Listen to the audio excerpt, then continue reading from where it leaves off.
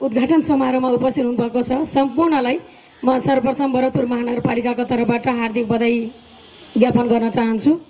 र अब तालिम, खास गरेर यो सिपमूलक तालिम अहिले यति बेला संघीय सरकार, श्रम मन्त्रालय, बागमती प्रदेश सामाजिक विकास मन्त्रालय, सिटिभिटी र भरतपुर महानगरपालिकाको समन्वयबाट यो कार्यक्रम लगभग 400 जनालाई, युवा युवतीहरूलाई तालिम कार्यक्रमहरू, खास गरेर विभिन्न अब housekeeping, care giver, electrician, plumber, fashion design, सिलाइ कटाई, ब्युटिसियन, वेटर, कुक लगायत मोबाइल मर्मत, कम्प्युटर मर्मत लगायतका तालिम कार्यक्रम 400 जनालाई दिने गरी अब यहाँहरू छनौट भएर यहाँ उपस्थित हुनुभएको छ।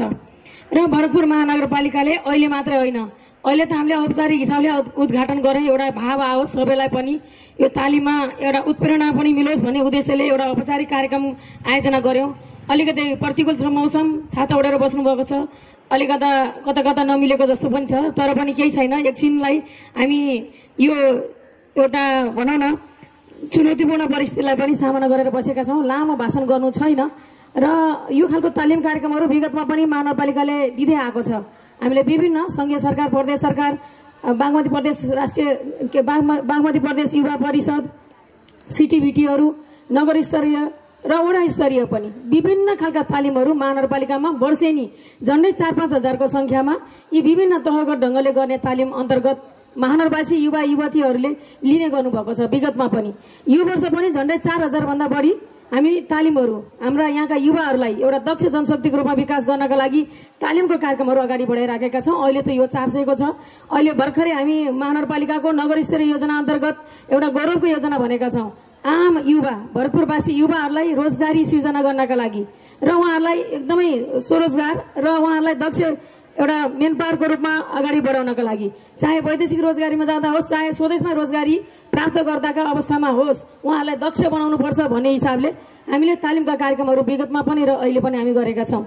र अहिले 1700 जना महानगरपालिकाले सूचना आह्वान गर्यो सम्पूर्णलाई। तपाईँहरूलाई रुचि के छ, रुचिको आधारमा तपाईँहरूको मागको आधारमा तालिम भनेर खुला सूचना गर्यो महानगरपालिकाले। कसैलाई के रुचि हुन्छ, कसैलाई के रुचि हुन्छ, अहिले पनि हामीले यहाँनिर तपाईँहरूको आफ्ना रुचि अनुसार तपाईँहरूले आफ्ना निवेदनहरू दिनुभयो, त्यही आधारले तपाईँहरू सेलेक्सन हुनुभयो अनि हुनुभएको छ। जस्तै अब महानगरपालिकाले हामीले 1700 जनालाई तालिम दिने भनेर सेवा प्रदायक संस्था छनौटका लागि सूचना गरेको आज अन्तिम दिन छ। 1700 जनालाई फेरि नै अब यसरी नै सबैलाई हामीले त्यो छनौट भएर सेवा प्रदायक संस्था छनौट भइसके पछाडि हामी 1700 जनालाई थप तालिम पनि दिँदैछौँ महानगरपालिकाले। युवा परिषदले पनि महानगरपालिकाका विभिन्न वडाहरूमा उहाँले पनि दिनुभएको छ। यसरी गर्दाखेरि भरतपुर महानगरपालिका विकासमा मात्रै, सडक बनाउन मात्रै, भौतिक विकासमा मात्रै अगाडि बढ्यो भन्ने खालका जे छन् र यहाँ रोजगारी सिर्जना गर्नु पर्यो भन्ने खालका आम जनगुनासोहरू छन्, ती चिजहरूलाई पनि मध्यनजर गरेर महानगरपालिकाले यसलाई एकदमै उच्च प्राथमिकता, मैले अघि भने नि रोजगारी सिर्जना, दक्ष जनशक्तिको रूपमा विकास गर्ने भरतपुरवासीलाई भनेर हामीले गौरवको आयोजना, मानव गौरवको आयोजना भनेर गत वर्ष र यो वर्ष पनि त्यसलाई अगाडि बढाइराखेका छौँ र यस्ता खालका तालिमका कार्यक्रमहरू अगाडि बढाएका छौँ। यसले आगामी दिनमा रोजगारी सिर्जना गर्न, तपाईँ हामी सबै एकदम स्वावलम्बी बन्न एउटा दक्ष हिसाबले स्वदेशमै अथवा विदेशमै पनि अघि पनि आयो। तपाईँहरू अब यहाँ अहिले तालिम लिनुहुन्छ, तपाईँहरूको स्किल टेस्ट हुन्छ, तपाईँहरूको स्किल टेस्ट भइसके पछाडि तपाईँलाई सर्टिफाइड अन्तर्राष्ट्रिय 165 देशहरूमा तपाईँहरू सर्टिफाइड हुनुहुन्छ भनिसके पछाडि यो खालको एउटा राष्ट्रिय अन्तर्राष्ट्रिय स्तरकै एउटा तालिम तपाईँले प्राप्त गर्दै हुनुहुन्छ, मान्यता प्राप्त गर्ने खालको तालिम तपाईँले पाउँदै हुनुहुन्छ। तपाईँहरू एकदम गम्भीर ढङ्गले, जिम्मेवार ढङ्गले, अनुशासित ढङ्गले यो अवसर तपाईँलाई राज्यले दिएको छ, निःशुल्क ढङ्गले तपाईँले प्राप्त गर्नुभएको छ। यो अवसरलाई कति पनि नगुमाउनु होला, हाम्रो अनुरोध छ, महानगरपालिकाको अनुरोध छ। र यो भइसके पछाडि रोजगारी कहीँ रोजगारीका अवसरहरू खोल्दाखेरि तपाईँले त्यहाँ पनि अवसर पाउनुहुन्छ, तपाईँ आफै स्वरोजगार बन्छु भन्दाखेरि पनि तपाईँलाई अवसर हुन्छ। त्यसकारण अब यो अवसरलाई तपाईँले भरपुर सदुपयोग गर्नुहोला भन्ने हाम्रो अनुरोध छ महानगरपालिकाको।